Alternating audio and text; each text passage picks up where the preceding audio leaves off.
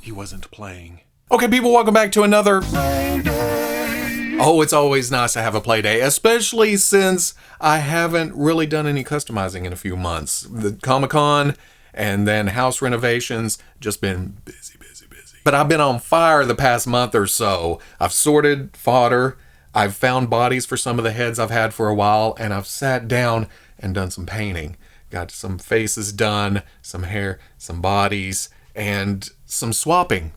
Swapping's customizing too. Don't let anybody tell you any different. If you take one head from one figure and put it on another figure to make somebody else or a different version of even that same character, that's customizing. That's still playing. And that's some of the things I'm showing today. Just swapping some parts, but then there's also some painting and some custom parts and a couple of things that people either gave me or sent to me. So, and it's all Marvel related. Did I mention that? It's a Marvel kind of play day. And as always, if it's somebody else's sculpt, print, paint job, custom, whatever, the link is in the description. If you're interested in maybe getting one for yourself or seeing more about it or just showing some love, go ahead. Go do it now. But then come back and show me some love. But let's start this Marvel play day with something that's not really meant to be Marvel, but it's a play day. We can do whatever the hell we want. This is the Grey Knight Monsters #1 Blade Wave Defender, or Mithril Action. I think this is meant to be something else in a copyright infringing, trademark dodging kind of way, but to me, this is going to be Amphibious of the Savage Land Mutates. That was completely my idea from the start. That's a lie. Actually, one of the recent streams I did with Wade over at Unparalleled Universe, he mentioned this and how it works as an Amphibious, and of course I had to order it. So he sent me his affiliate link to Kowski or some site I've never ordered from. I thought, ooh, but here we are. I got it, and it's sure, it's not 100% any one version of Amphibious throughout the years, but it has the spirit of that character, and a lot of the time these days, that's close enough for me. I could probably paint over the red hands, make it more green, but then I'd have to color match to the arms, and I'd hate to lose this detail. No, it is just like dark to light, but then it has this stripe detail coming up the back, and a wash and a dry brush, and these eyes. I think that's what impresses me the most. That is just amazing looking. Sometimes he wore a costume, sometimes he didn't. I am completely good with this little loincloth number this has on. And one of Amphibious's powers, besides being amphibian, is his razor sharp teeth, and this figure's mouth can open and it looks very... Articulation isn't great around the neck because of the shape. I mean, it's a jutting forward type body, so there is a little side to side, some up and down. Again, the mouth opens, but then the rest of the figure has pins and hinges and swivels and elbows that go up to there, and some hands and some hips and out, and double knees that go all the way up, kicks his lily pad ass. Usual at the feet, the hinge forward and back, the forward pin for rocker, and then even a toe joint. Basically, I think it fits right into a Savage Land display. And while the Mutates aren't really high on my list, in fact, I had forgotten Vertigo was a member. In my heart, she's a Marauder, but this was easy to add to the collection, so here we are. Again, this is supposed to be from something else, but since I have no clue what franchise, what property that's supposed to be, my brain can easily adjust to putting this into my Marvel Legends display. But if you're a fan of wherever this comes from, then it may be too recognizable. I wouldn't blame you if you go, no, that is supposed to be this, get it out of here. But that's why this is Robo's play day. And this will just go bam right there, looking good. Something else that is store-bought is the Big Bad Workshop Operation Monster Force General. There are a few options for heads here for the different characters in the storyline, but this one bears a striking resemblance to a certain Thunderbolt Ross. We have to capture the Hulk. My Thunderbolt voice is pretty close to my J. Jonah Jameson. It's the finger point. Just give me pictures of Spider-Man. The other three heads were also homages to other properties' prominent generals, but this is a Marvel play day, so This is my Marvel Operation Monster Force General. Seems only fitting to show this red Hulk head that I got from Nico at San Diego Comic-Con. He's Artman Customs on Instagram, who printed and painted this sculpt from Gone Studios. The original head, well, I have this custom kit on it that changes things up a bit, but the original head wasn't really Harrison Ford-like. This one, oh, that is one red angry Han Solo. So this fits the MCU shelf a whole lot better, just as it's meant to be. It's Red Hulk from the MCU. And even though this is comic book and this is movie, they do look pretty good together. Wonder if we'd ever get a President Ross from Hasbro. That seems like a 2-pack waiting to happen. Or like an updated Red Hulk. Or a Ross and Betty. How about we finally get Betty? Next up, a little update to my customized X-Factor Jean Grey from later on in the series in the reds and yellows. I know, trotting her out again, but I couldn't help it because some people pointed out that she was supposed to have, or at least in the majority of her appearances, the X costume extended down the legs in a stripe and down the arm to the gloves. The first go around, I just painted the greens on the original figure red, which meant the X stopped here and at the shoulders. Looking at reference pictures, sometimes the green and yellow had the extended X's down the arms and legs, and sometimes the red and yellow stopped. But I found more pictures of it like this. So I'm gonna leave this one like this, and this one like this until Hasbro makes their own version, and then we'll deal with that. I am satisfied. I am content with my X-Factor Jean situation. And if you don't want to click the link to go watch this the first time around, these are just foam pieces for the boot tops and glove tops. And then, well, I don't remember the colors used now. So I guess do click the link and go watch the last Playday with her. Or don't. It's just red and yellow. That's basically all I did. And that was just born out of putting boots on the green one and thinking, you know what, if I got a second one, I can do this.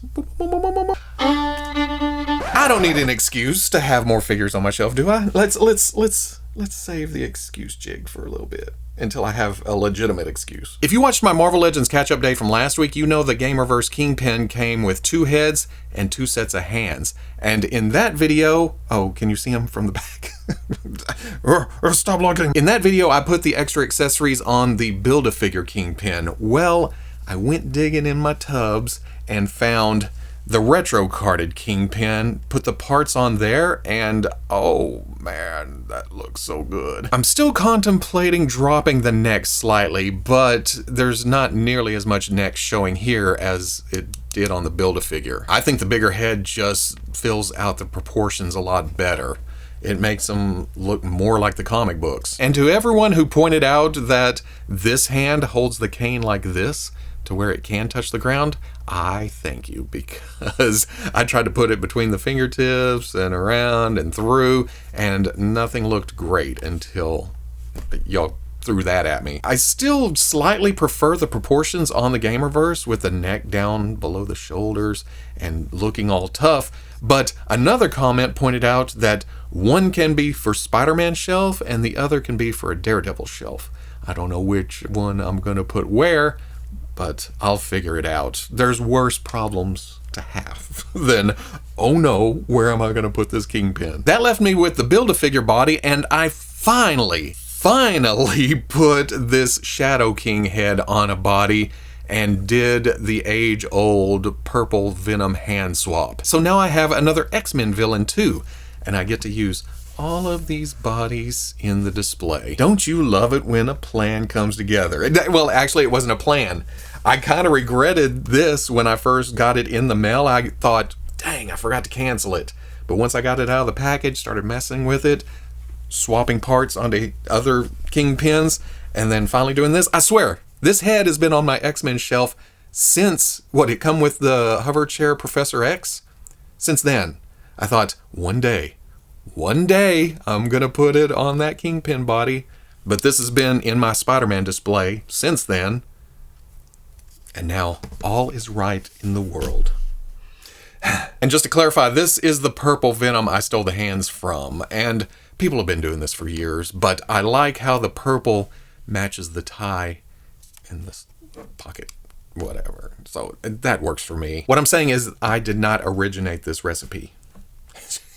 It's just been on my to-do list for a long, long time. Hey, look! It's another Kaine. I swear, before this Marvel Legends Kaine figure came out, I did not give a good goddamn about Kaine. But when I started doing some research for the review of that figure, I found a bunch of pictures with brown markings on the body and the eyes blacked out.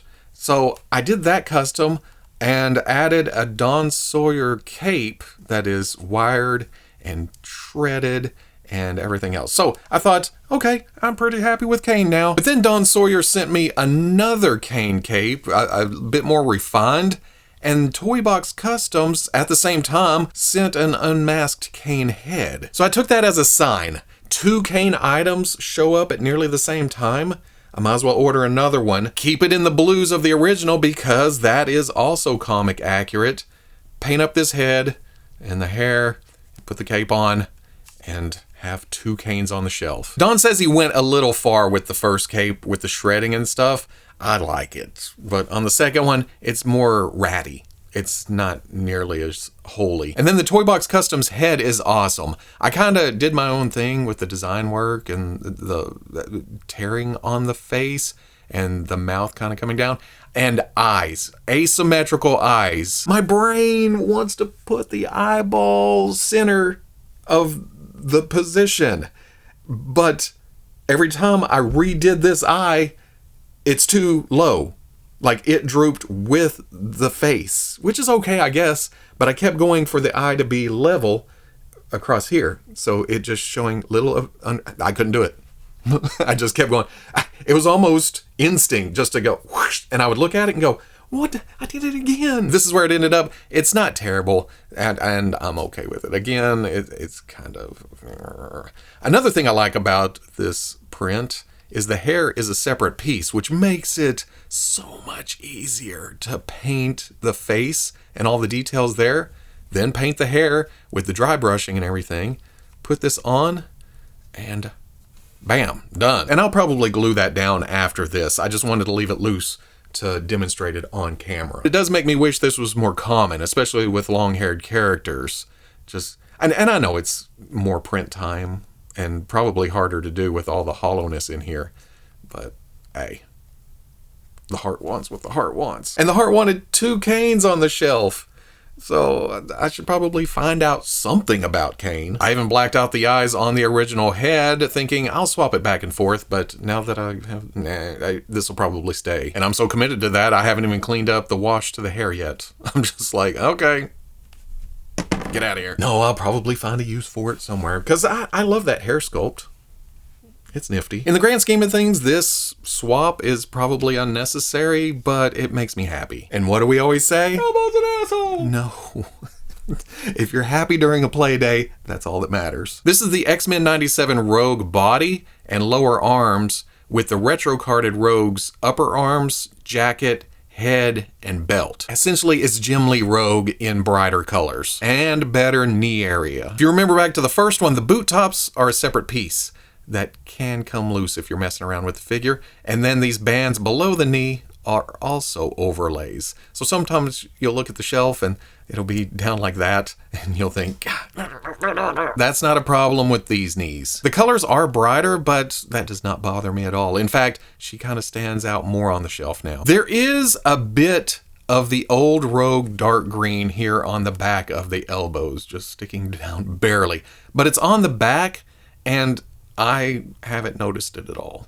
So maybe I'll come back and try to match the color to the rest, but I don't think it's necessary. There's also a bit of green showing out of the shoulder joint, but it was also like that on the original figure. The arms are nice and tight in there though, and the head pops on, no problem, no modification whatsoever, and you also gain a neck joint to look up and down. Swapping the other direction doesn't work quite as well. The arms are kind of floppy in there for some reason. I thought it'd be the same sculpt, but then I realized the upper torsos are different. And then the head sits way low on just the ball peg with no hinge in it. So I don't mind losing Rogue 97 in order to get what I think is a pretty damn good looking Jim Lee Rogue for the comic shelf. But your mileage may vary. You may disagree. And again, that's okay. It's my play day and I'll do what I want to.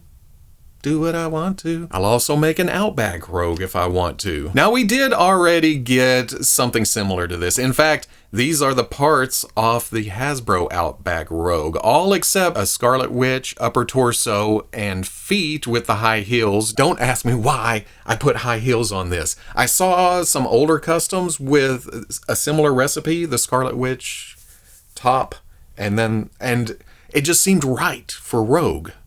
Just heels. I don't know if it because it makes her taller, more powerful, or it's just the 80s. Maybe it's just some 80s, but I did it. It was all really inspired by this print I got from Anthanatos Customs. I'm still not the greatest when it comes to painting faces, but I am loving it when sculptors put in the eyelashes and the eyebrows. That is half the battle. Then it just becomes tracing the lines, and I can do that. I am not an artist. I'm more of a color by number guy. Just, oh, this goes here, here, and here. Let's do it. And then I feel like I should have probably went a brighter white up here. But I don't know, it kind of works like that too, like the brown showing through a bit. That gives me the sculpted costume here, but it's still painted at the glove top and the boot top.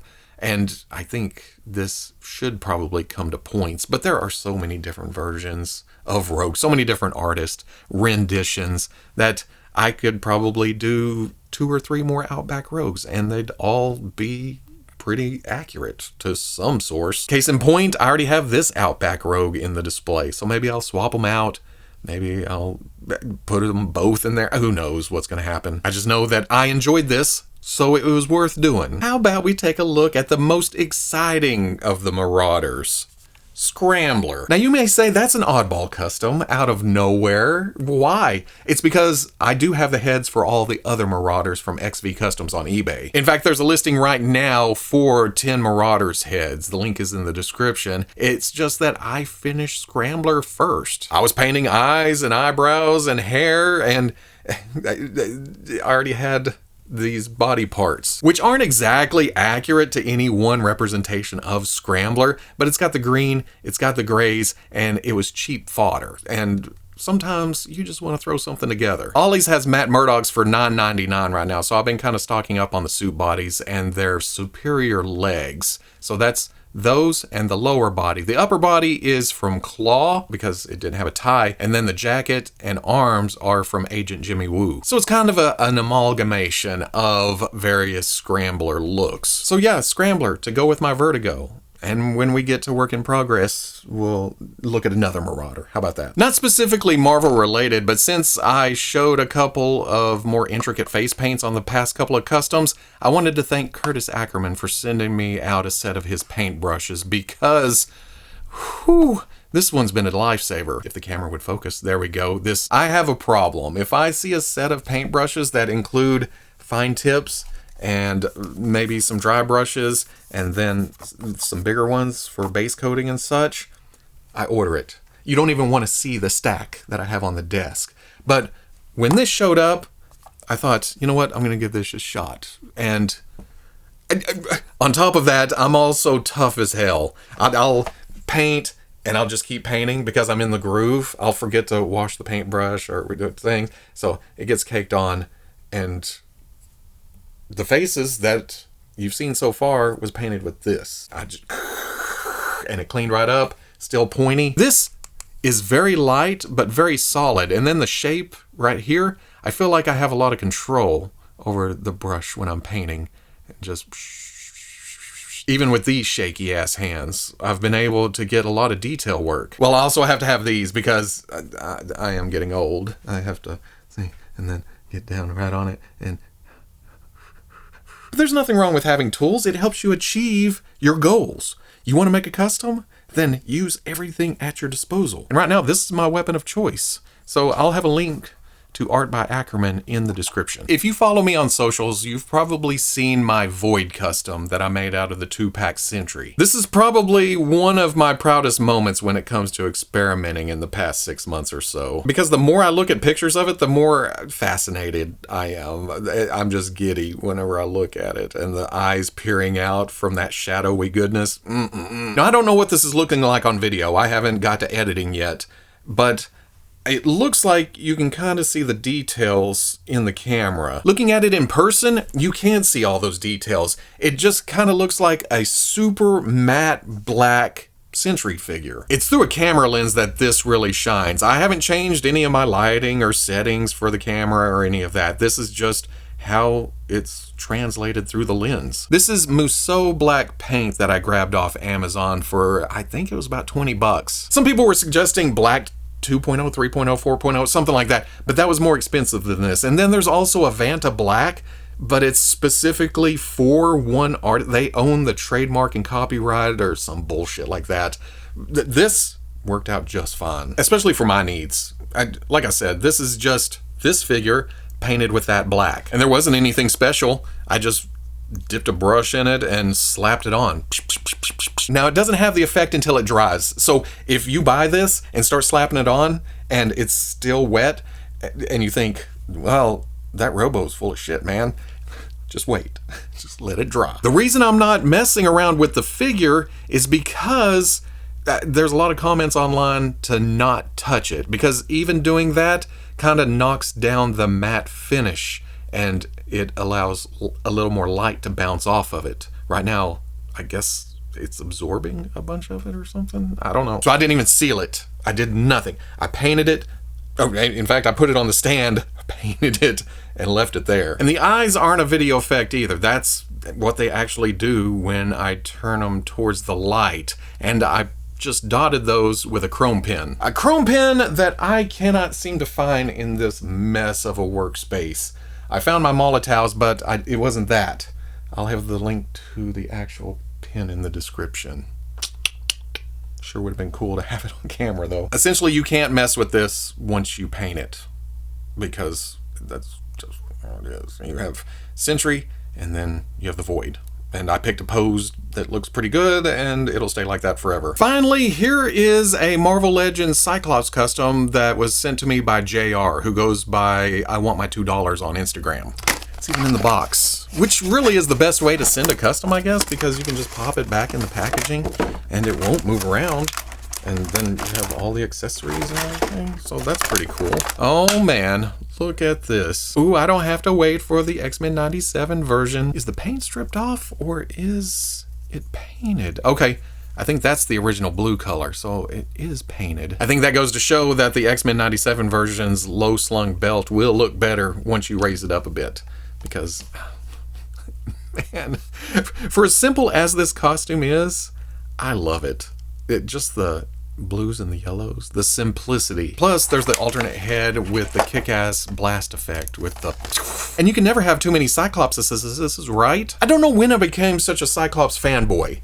It wasn't really in the comics. Back in the day, it was all about Wolverine, you know? And Cyclops was the stick in the mud. And it wasn't until all these figures started coming out and I thought, oh, I need this version, and this version, and this version, and this version. This is just an excellent update to the Toys R Us 2-pack with Dark Phoenix on the old Bucky Cap body. This frame, this silhouette, these proportions are so superior to that older figure. Oh yeah, I've got several displays for Cyclops. For works in progress, look, it's another Rogue. Since I used that Outback body for my Outback Rogue custom, this head goes here for the time being. I'm not sure if I like it here or if it even works, or if I'm going for the comic book look for the Uncanny Avengers, was it, that she wore this costume, or if I'm going for later in the season of X-Men 97.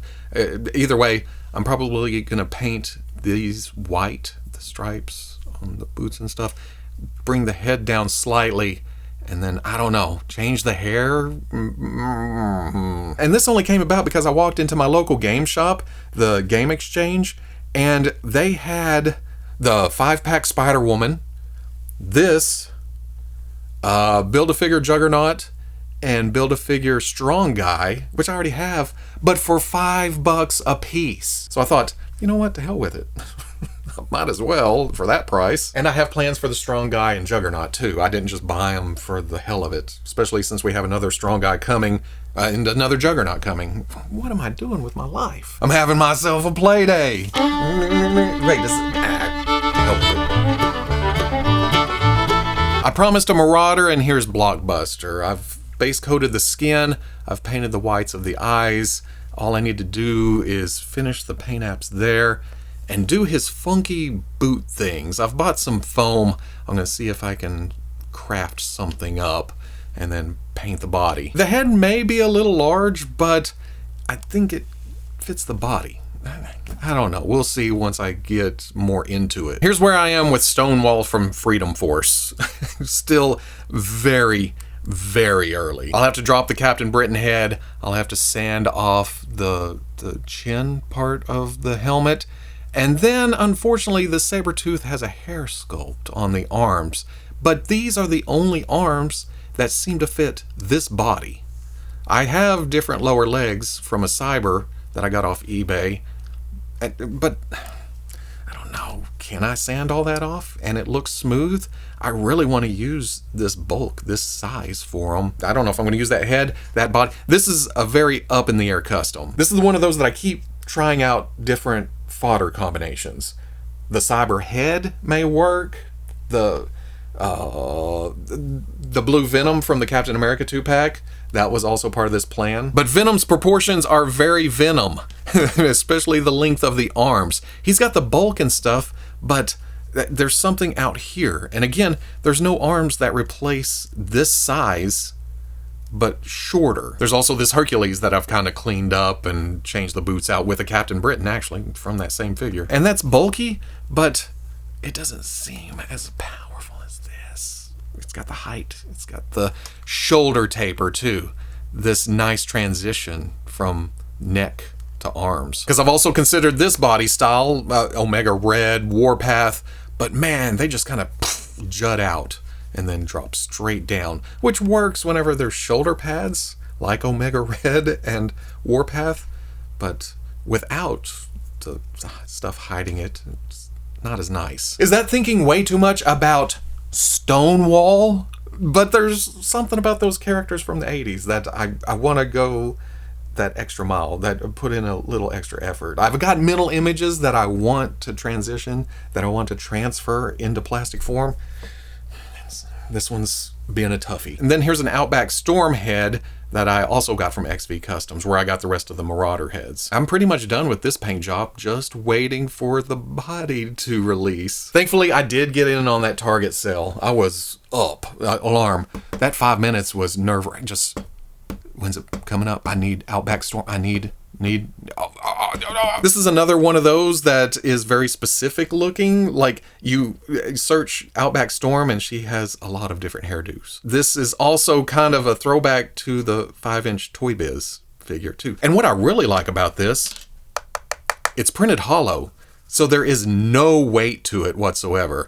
It won't drag back because of all this hair. So look for this custom in a month or two. I was happy to see that the release date for that Storm is next month. So hopefully it's sooner rather than later, because I don't want to wait, especially since I have the head ready. And just for giggles, here's the rest of the Marauders. So at the end of the day, any 24-hour cycle that you get to play, that's a good time interval between two successive transits by the sun of the meridian directly opposite that of the observer. Yes, I just read that. I'm just trying not to say play a day too many times, but it works. Any day that you get to play is a good damn day. So tear your toys up, or don't. Just pose them. Take some pictures of them. If you leave them in the box, stack them and do whatever you do. That's playing too. Basically, there's no wrong way to do it. If you're enjoying yourself, then have at it. Me? I like to tear stuff up. Now that does get expensive. That's why I've been cutting back on buying newer stuff right off the bat, because I always have these ideas of, oh, I need those feet, or that set of arms, or that head. I don't need the rest of the body. So I end up buying several of each. Thankfully, some of the stuff I use is older. So I can get it a little cheaper. Like the matte Murdochs at Ollie's. As soon as and when something like that happens, you got to jump on it. It's like, I'm going to grab some now. I didn't take all of them. In fact, several weeks later, there's still a few hanging. So I left some for the next person. But I did grab a couple. Because, man, those legs are so much better than the old suit bodies. I need to replace the legs on a few figures. But that's a future play date. That's planning ahead. Scheduled fun. Well, I wouldn't say scheduled. It's more of those things that I'm in editing video or I'm out doing something. It's like, ooh, I'd rather be at home. I got Marauders to finish up. I need to sculpt on Arclight. Sculpt. I'm hoping I can just grind. You know how it is. You're trying to find the easiest way to do something, but that's not always the best way. At the same time, you don't want to spend forever on it either. Or at least I don't want to. Sometimes playing's hard. Sometimes you got to play hard. This is suddenly turning into a shoe commercial. I'm going to get out of here. You go play. Have some fun. Bye.